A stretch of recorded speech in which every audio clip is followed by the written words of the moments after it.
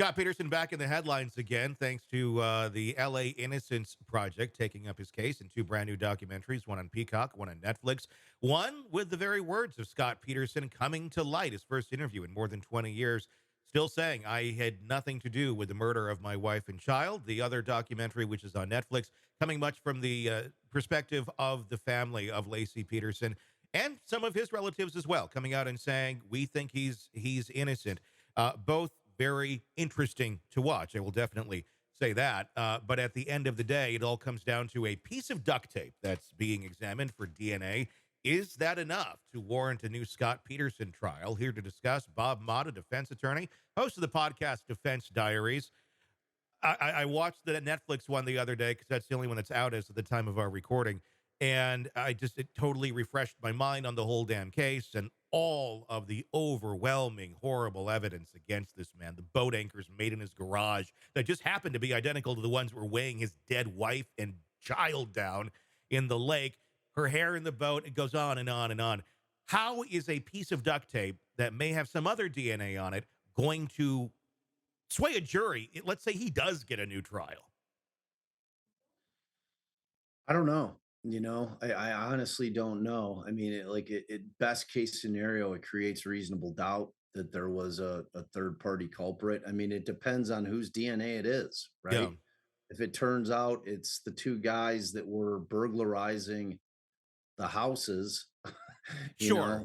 then it becomes pretty powerful evidence in terms of establishing some kind of reasonable doubt within the minds of the jurors because I mean, then you're able to point the finger directly at somebody else who certainly could have had a motive to kill her if she is privy to what they're doing and they're looking at going to prison for an awfully long time. And if they throw her in the van and, dispose of her. And so I mean, I guess it depends on whose it is, right? I mean, if it's one of theirs, then it's problematic for the state because it certainly creates the possibility of reasonable doubt.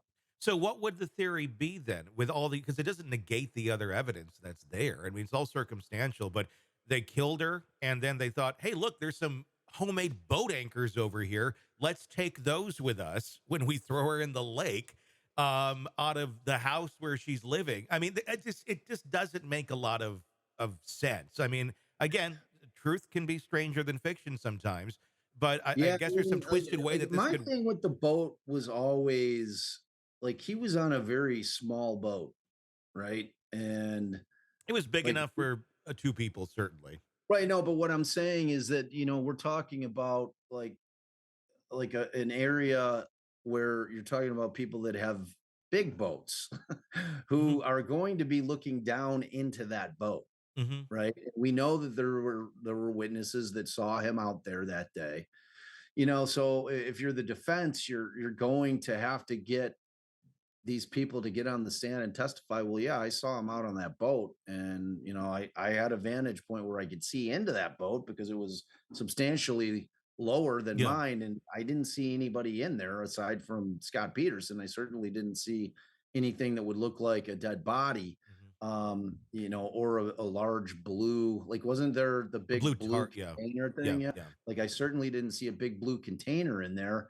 So you got to establish that. And in terms of like the anchor issue, I mean, like if you're the defense, you have to see how commonplace that is for people to use those types of anchors. Like I don't think that they're super rare, No, for but that it type of the fact anchor. that he had that in his boat, it's a homemade anchor. It's not one he went to the store and bought. And there's evidence in his garage of making more anchors, but there's only one that still exists in his home, in his boat. The other ones, they're identical to the ones that he made, and they happen to be the ones that have weighed them down in the I mean, water. that's going to be his biggest problem, Yeah. right? I mean, that is going to have to be something that the defense would have to absolutely focus on. Like Mhm. that would be the key piece of evidence as far as the defense is concerned, as far as what the state has, Mhm. right? I mean, like that is the smoking gun evidence. And again, you're going to have to establish that in that community where you have a lot of people that are, boating enthusiasts, that it's not uncommon for people to make Sure. homemade anchors. You know what I'm saying? It's like you're going to have to go about it that way Hmm. because there's no other explanation. Yeah. You know, and, it's circumstantial in the sense that okay, well, he makes them, and it's appears to be identical to the ones that weighed, you know, Laci down, Yeah. but it's like all right, well, everyone in this area uses these anchors, Hmm. that has like smaller boats, that people like they're trying to save a couple $100 on him to, buy an anchor. So, they make these that it's commonplace for that to happen out here. I mean, they're going to have to establish that that's something that takes place out there. Whether or not they can do it, I have no clue, but you're certainly going to have to try. I mean, Yeah. that's the only thing that you're going to be like, but you're also going to be leaning into the fact if there's somebody else's DNA and they're able to identify whose DNA that is, and they're able to identify that this person doesn't have an alibi for the time that this murder is thought to have taken place. Hmm. I mean, you're leaning into that heavily. Yeah. I mean, like, because that's equally powerful evidence that somebody else was involved. True. True. They are not examining Maybe it anything. turns out, Tony, into another Scott Peterson hired somebody, and here I'm giving you a couple of the Sure. Yeah, anchors. I could see that. I could see that. What I'm wondering, they're not examining anything to do with the van and the mattress that was in the van.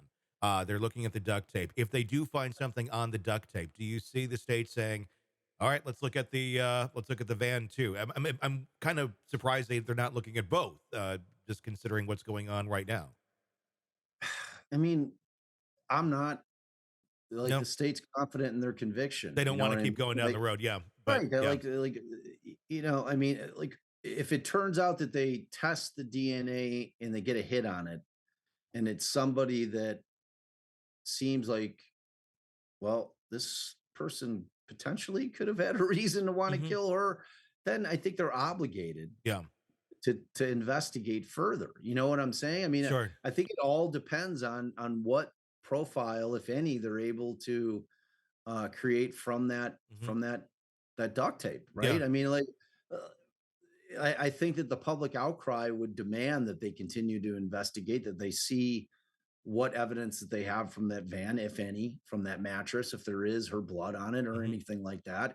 I mean, then because then they pivot to the concept that okay, well, fine. Scott didn't do the deed, but Scott paid these dudes off, Hmm. and it was still Scott. But if Scott paid somebody off, would he be just the biggest idiot to go boating in the same area where the guys he's paying off are dropping the body at the same Yes. time? I mean, that just is, why would you do that?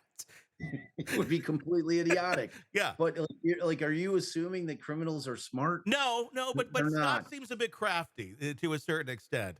Yeah. But I don't know. I mean, obviously, we're talking about many cases, and there's plenty that are complete idiots. We witnessed that with the Tellis I mean, case. we're saying he's crafty, but if he uses the same anchors that ultimately are True. found to have anchored the like, how crafty Not is he that with it? crafty. Yeah. Right, 'cause Maybe we give like, him he too didn't much even credit, but go that far out, right? yeah. Like, I mean, it wasn't like he went way, way out there and he's Hmm. like, "All right," like, they're gonna get consumed by sea life or Yeah. something, whatever's going on in his Yeah. warped mind at that point, like, yeah, it's interesting, it's interesting, I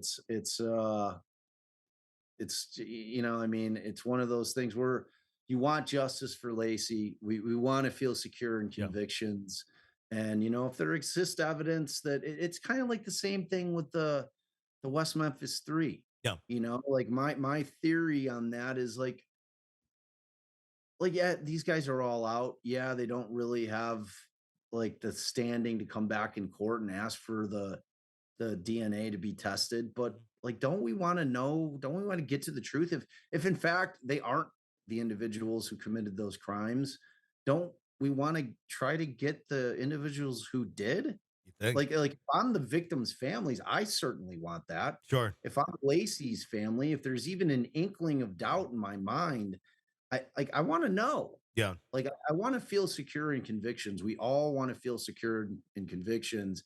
And as because obviously at the time that that case was taking place, we did not have the technology that we Mhm. had then. Sure. Yeah. You know what I mean? So 20 it's years like ago. Yeah. if there's things that come about that can put into question convictions, I think it's owed to the victims and their families that it be looked at in order to make it in stone. Like, all right, yeah, we tested it. Yep. Like, it's not a thing, Yeah. there you go. Feel very secure that we got the right guy in there. Yeah. And then Scott Peterson goes away Hmm. permanently. Like, you're not going to be hearing from him again. Yeah. Yeah, like, if you don't, then there's always going to be that nagging question. So, and again, I look at everything through the eyes of a defense Hmm. attorney, but to me, in terms of the search for the truth, and sometimes truth and justice are two ships that just pass in the night, and because you have prosecutors that are out there, and their mandate is to get convictions. Hmm.